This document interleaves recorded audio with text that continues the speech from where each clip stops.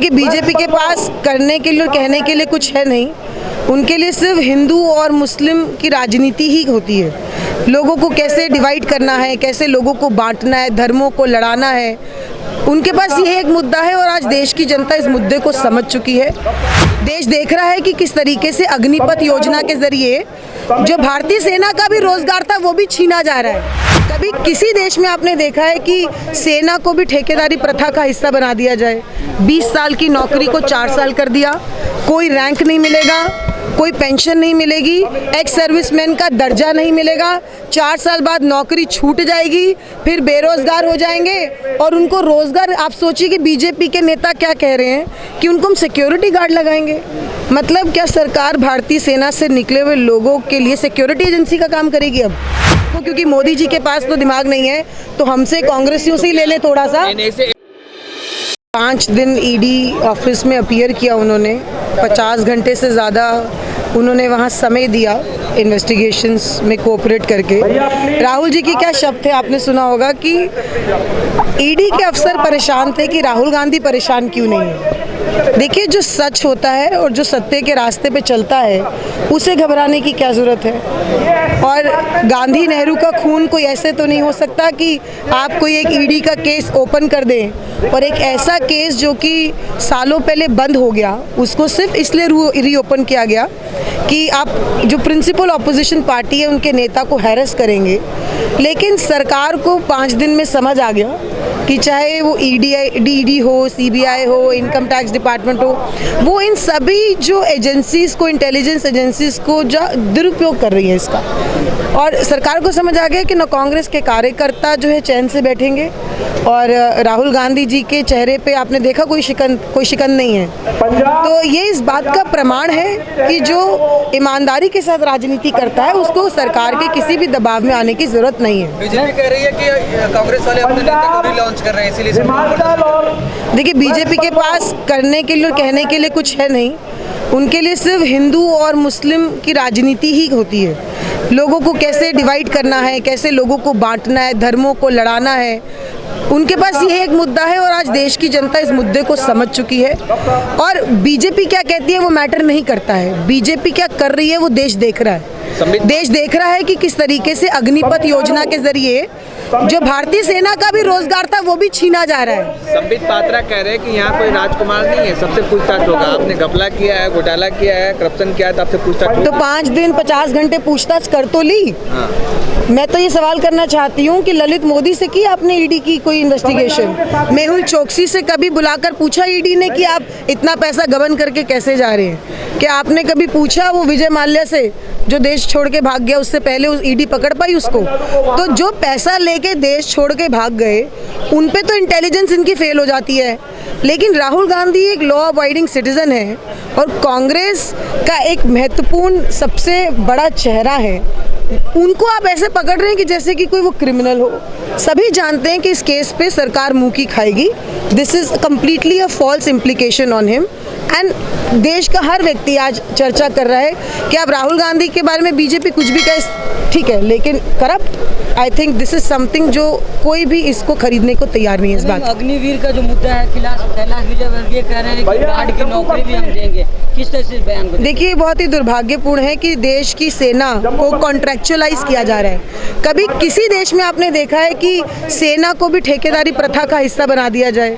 20 साल की नौकरी को 4 साल कर दिया, कोई रैंक नहीं मिलेगा, कोई पेंशन नहीं मिलेगी, एक्स सर्विसमैन का दर्जा नहीं मिलेगा, 4 साल बाद नौकरी छूट जाएगी, फिर बेरोजगार हो जाएंगे और उनको रोजगार। आप सोचिए कि बीजेपी के नेता क्या कह रहे हैं कि उनको हम सिक्योरिटी गार्ड लगाएंगे।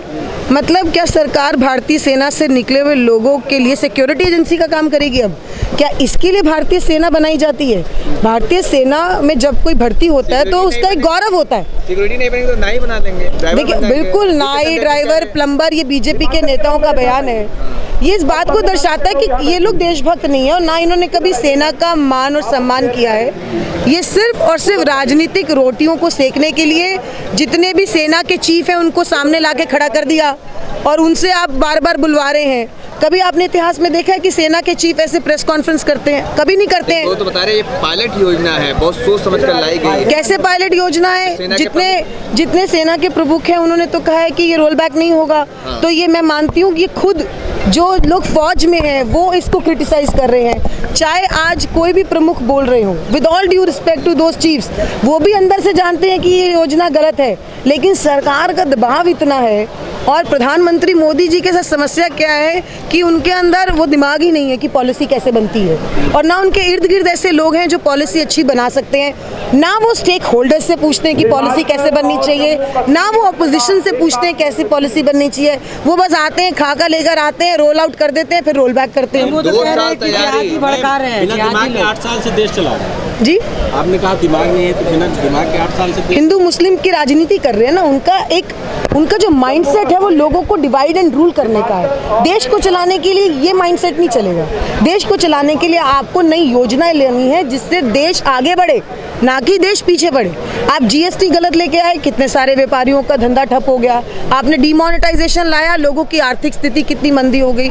आज पेट्रोल डीजल कितना ऊपर है, सिलेंडर का दाम कितना ऊपर है। महंगाई पे कोई बात नहीं, रोजगार पे कोई बात नहीं। एक जो थोड़ी बहुत रोजगार, जो एक कहते हैं ना कि एक सम्मान बचा था, नौजवान जो सुबह 4 बजे 5 बजे उठ के रोज दौड़ता है सड़कों पर। आप भी देखते हैं कि नहीं देखते हैं कि बहुत सारे ऐसे नौजवान होते हैं जो सड़कों पर सुबह 4-5 बजे दौड़ रहे होते हैं। वो प्रैक्टिस कर रहे होते थे कि उनको इंडियन आर्मी में जाना है। अभी वो इंडियन आर्मी की अपॉर्चुनिटी भी आपने उनके लिए ख़त्म कर दी।